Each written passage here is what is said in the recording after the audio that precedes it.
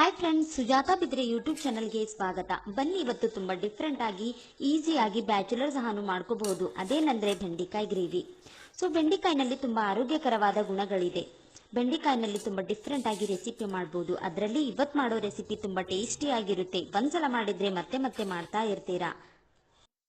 ಇವಾಗ ಯಾವ ರೀತಿ ಮಾಡೋದಂತ ನೋಡ್ಕೊಂಡು ಬರೋಣ ಬನ್ನಿ. ಇವಾಗ ಸ್ಟೋವ್ ಮೇಲೆ ಕಡಾಯಿ ಇಟ್ಕೊಂಡಿದ್ದೀನಿ. ಅದಕ್ಕೆ 2 ಟೇಬಲ್ ಸ್ಪೂನ್ ಆಗುವಷ್ಟು ಎಣ್ಣೆನ ಹಾಕೋತಾ ಇದ್ದೀನಿ.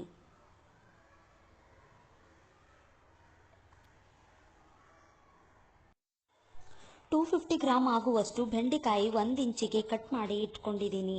ಬೆಂಡೆಕಾಯಿನ ಚೆನ್ನಾಗಿ ನೀರಲ್ಲಿ ತೊಳೆದು ಬಟ್ಟೆನಲ್ಲಿ ಒರೆಸಿ ಕಟ್ ಮಾಡುವಾಗ ಚಾಕುಗೆ ಸ್ವಲ್ಪ ಎಣ್ಣೆನ ಹಚ್ಕೊಂಡಿದ್ರಿಂದ ಆ ಲೊಳೆ ಮತ್ತೆ ಜಿಗುಟು ಅನ್ನೋದು ಬರೋದಿಲ್ಲ. ಇದು ಟಿಪ್ ಕೂಡ ನಿಮಗೆ ಯೂಸ್ಫುಲ್ ಆಗಲಿ ಅಂತ ನಾನು ಹೇಳ್ತಾ ಇದ್ದೀನಿ. ಸೊ ಬೆಂಡೆಕಾಯಿ ಫ್ರೈ ಮಾಡುವಾಗ ಉಪ್ಪು ಹಾಕೊಳ್ಳಿ. ಇದಕ್ಕೆ ಸ್ವಲ್ಪ ಉಪ್ಪನ್ನು ಸೇರಿಸ್ಕೊಳ್ಳಿ. ಉಪ್ಪು ಹಾಕೋದ್ರಿಂದ ಜಾಸ್ತಿ ಲೊಳೆ ಬಿಡೋದಿಲ್ಲ. ಮಿನಿಮಮ್ ಇದನ್ನು 3 ರಿಂದ 4 ನಿಮಿಷ ಈ ಥರ ಫ್ರೈ ಮಾಡಿಕೊಳ್ಳಿ.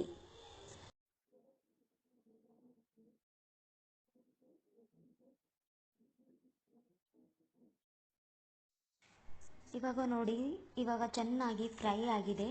ಇದನ್ನು ನಾವಿವಾಗ ಒಂದು ತಟ್ಟೆಗೆ ಎತ್ಕೊಳ್ಳೋಣ. ಇವಾಗ ನಾನು ಇದನ್ನು ತಟ್ಟೆಗೆ ಎತ್ಕೋತಾ ಇದ್ದೀನಿ.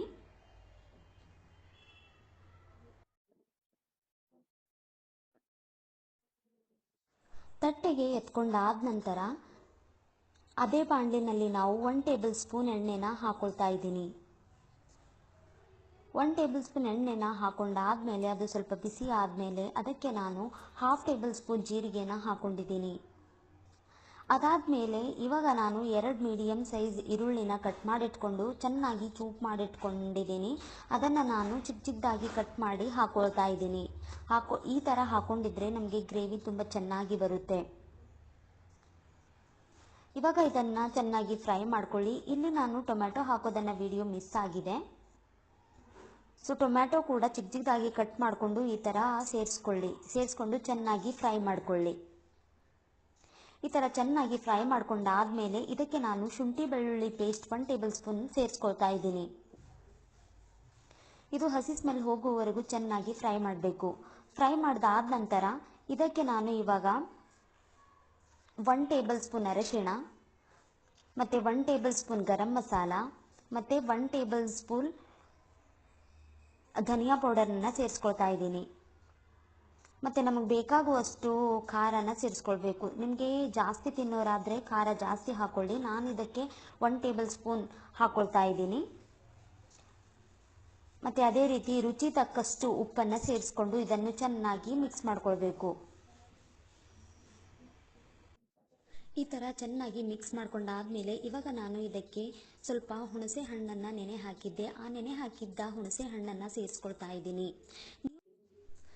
ನನ್ನ ಹತ್ರ ಮೊಸರು ಖಾಲಿಯಾಗಿದೆ. ಸೊ ಅದಕ್ಕೋಸ್ಕರ ನಾನು ಹುಣಸೆ ಹಣ್ಣನ್ನು ಸೇರಿಸ್ಕೊಳ್ತಾ ಇದ್ದೀನಿ. ನೀವು ಬೇಕಿದ್ದರೆ ಇದರಲ್ಲಿ ಮೊಸರನ್ನು ಸೇರಿಸ್ಕೊಳ್ಬೋದು. ಸೇರಿಸ್ಕೊಂಡು ಈ ಥರ ಚೆನ್ನಾಗಿ ಫ್ರೈ ಮಾಡ್ಕೊಳ್ಳಿ.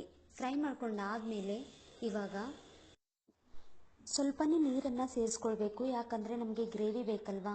ಸೊ ಇದು ಗ್ರೇವಿ ಥರ ಆಗಬೇಕು ಅಂತ ನಾನು ಇದನ್ನು ಸ್ವಲ್ಪನೇ ನೀರು ಸೇರಿಸ್ಕೊಳ್ತಾ ಇದ್ದೀನಿ. 1 ಚಾಯ್ ಕಪ್ ಆಗುವಷ್ಟು ನೀರನ್ನು ಸೇರಿಸ್ಕೊಂಡು ಇದನ್ನು ಚೆನ್ನಾಗಿ ಮಿಕ್ಸ್ ಮಾಡ್ಕೊತಾ ಇದ್ದೀನಿ.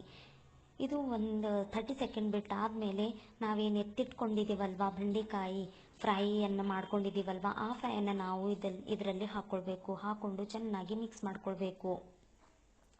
ನೋಡಿ ಫ್ರೆಂಡ್ಸ್, ನೀವು ಈ ಥರ ಬೆಂಡೆಕಾಯಿನ ಮಾಡಿದರೆ ಇನ್ನೂ ಮತ್ತೆ ಮತ್ತೆ ತಿನ್ನಬೇಕು ಅಂತ ಅನಿಸುತ್ತೆ. ತುಂಬ ಟೇಸ್ಟ್ ಆಗಿರುತ್ತೆ. ನೀವು ಒಂದ್ಸಲ ಮನೆಯಲ್ಲಿ ಟ್ರೈ ಮಾಡಿ ಯಾವ ಥರ ಟೇಸ್ಟ್ ಬಂದಿದೆ ಅಂತ ನನಗೆ ಕಮೆಂಟ್ ಮೂಲಕ ತಿಳಿಸಿ. ಈ ಥರ ಬೆಂಡೆಕಾಯಿ ಫ್ರೈ ನೀವು ದೋಸೆ ಜೊತೆ ಮತ್ತು ಪೂರಿ ಜೊತೆ ತಿನ್ಬೋದು. ಇದು ತುಂಬ ಟೇಸ್ಟ್ ಆಗಿರುತ್ತೆ. ನೀವು ಒಂದ್ಸಲ ಮನೆಯಲ್ಲಿ ಟ್ರೈ ಮಾಡಿ ನೋಡಿ ಯಾವ ಥರ ಆಗಿದೆ ಅಂತ ನನಗೆ ಕಮೆಂಟ್ ಮೂಲಕ ತಿಳಿಸಿ. ನೋಡಿ ಫ್ರೆಂಡ್ಸ್, ನನ್ನ ರೆಸಿಪಿ ನಿಮಗೆ ಇಷ್ಟ ಆಗಿದೆ ಅಂದರೆ ಲೈಕ್ ಮಾಡಿ, ಶೇರ್ ಮಾಡಿ, ಕಮೆಂಟ್ ಮಾಡಿ.